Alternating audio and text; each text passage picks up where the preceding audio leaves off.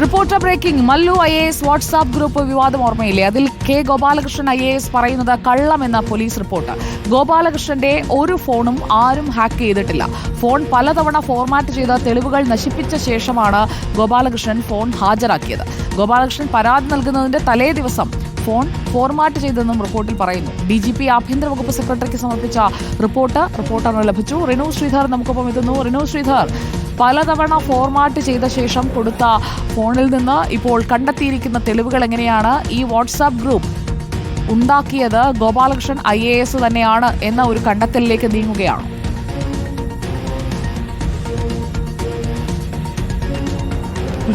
Mallu WhatsApp group വിവാദവുമായി ബന്ധപ്പെട്ടുകൊണ്ട് ഗോപാലകൃഷ്ണന്റെ ന്യായവാദങ്ങളെല്ലാം തന്നെ നിരസിക്കുന്ന തരത്തിൽ അല്ലെങ്കിൽ അതിനെതിരായിട്ടുള്ളൊരു റിപ്പോർട്ടാണ് പോലീസ്, അതായത് DGP സംസ്ഥാന സർക്കാരിന് നൽകിയിരിക്കുന്നത് എന്നുള്ളതാണ് വ്യക്തമാകുന്നത്. ആ റിപ്പോർട്ടിൻ്റെ പകർപ്പാണ് നമ്മൾ പുറത്ത് വിട്ടത് രാവിലെ. ഈ റിപ്പോർട്ടിൽ കൃത്യമായി പറയുന്നുണ്ട്, അതായത് ഈ ഫോൺ ഒരു കാരണവശാലും ഹാക്ക് ചെയ്യപ്പെട്ടിട്ടില്ല, ഗോപാലകൃഷ്ണൻ നൽകിയ ഫോണുകളൊന്നും തന്നെ ഹാക്ക് ചെയ്യപ്പെട്ടിട്ടില്ല എന്നുള്ളത് കൃത്യമായി പോലീസ് സ്ഥിരീകരിക്കുന്നു. പോലീസിൻ്റെ സൈബർ വിഭാഗം കൃത്യമായി തന്നെ ഇതിൽ ശാസ്ത്രീയ പരിശോധനകളടക്കം നടത്തിയതിനു ശേഷമാണ് ഈ റിപ്പോർട്ട് സമർപ്പിച്ചത്. അതായത് ഗോപാലകൃഷ്ണൻ നുണ പറയുന്നു എന്നുള്ളതാണ്, അതിൽ ചില സംശയങ്ങളുണ്ട്, ദുരൂഹതയുണ്ട് എന്നുള്ളത് തന്നെയാണ് പോലീസ് റിപ്പോർട്ടിൽ കൃത്യമായി തന്നെ പറഞ്ഞു വെക്കുന്നത്. മറ്റൊരു ഏറ്റവും പ്രധാനപ്പെട്ട ഒരു കാര്യം, ഈ ഒക്ടോബർ 31 ഈ വാട്സപ്പ് രൂപീകരിച്ചതുമായി ബന്ധപ്പെട്ടുകൊണ്ട് ഗോപാലകൃഷ്ണൻ തിരിച്ചറിയുന്നതും താൻ അപ്പോൾ തന്നെ പേടിച്ച് ഭയന്ന ഈ ഫോൺ ഫോർമാറ്റ് ചെയ്തു എന്നുള്ളതാണ് പോലീസിന് പരാതിയിലും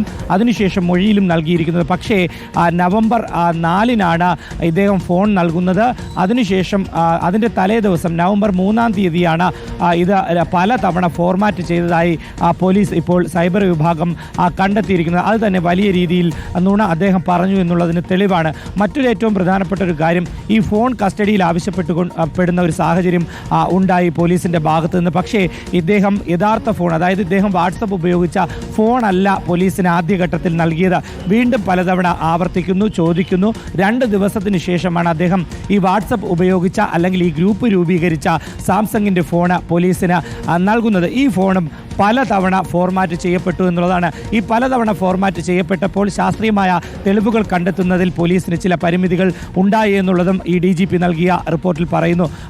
Thiruvananthapuram city police commissioner Spurgeon Kumar നടത്തിയ അന്വേഷണത്തിൻ്റെ റിപ്പോർട്ടാണ് DGP സംസ്ഥാന സർക്കാരിന് നൽകിയിരിക്കുന്നത്.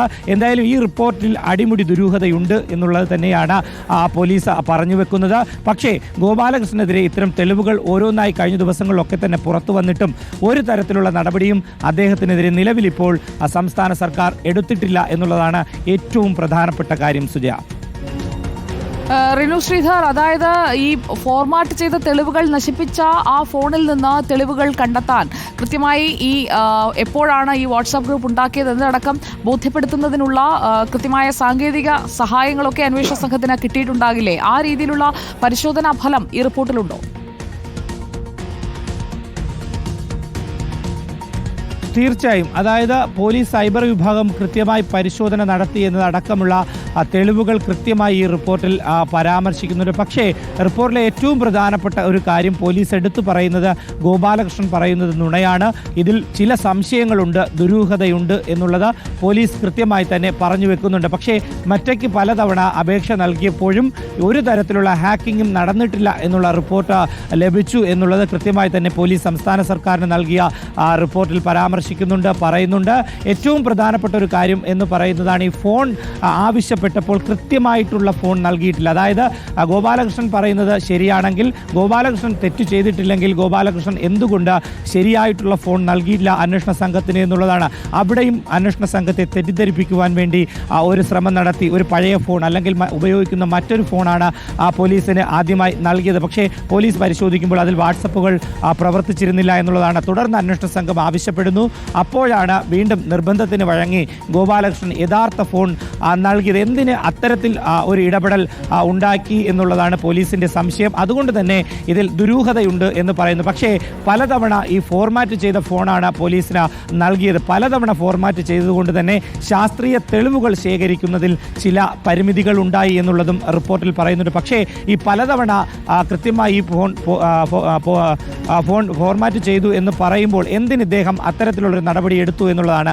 ഓരോ തീയതികളും, അതായത് ഈ വാട്സപ്പ് സന്ദേശം അദ്ദേഹത്തിൻ്റെ ശ്രദ്ധയിൽപ്പെട്ടതിനു ശേഷം ഇദ്ദേഹം നൽകുന്ന ന്യായവാദങ്ങളെല്ലാം തന്നെ ഇല്ലാണ്ടാക്കുന്ന അല്ലെങ്കിൽ അതിന് വിപരീതമായിട്ടുള്ള കണ്ടെത്തലുകളാണ് പോലീസിന്റെ ശാസ്ത്രീയ പരിശോധനയിൽ തെളിഞ്ഞിരിക്കുന്നത്. സുജയ, ഓക്കെ, റിപ്പോർട്ടറിലൂടെ നമ്മൾ ഇന്ന് 6:30 പ്രേക്ഷകരിലേക്ക് എത്തിച്ച വാർത്തയാണിത്. അതിന്റെ വിവരങ്ങളാണ് റിനു ശ്രീധർ പങ്കുവച്ചത്.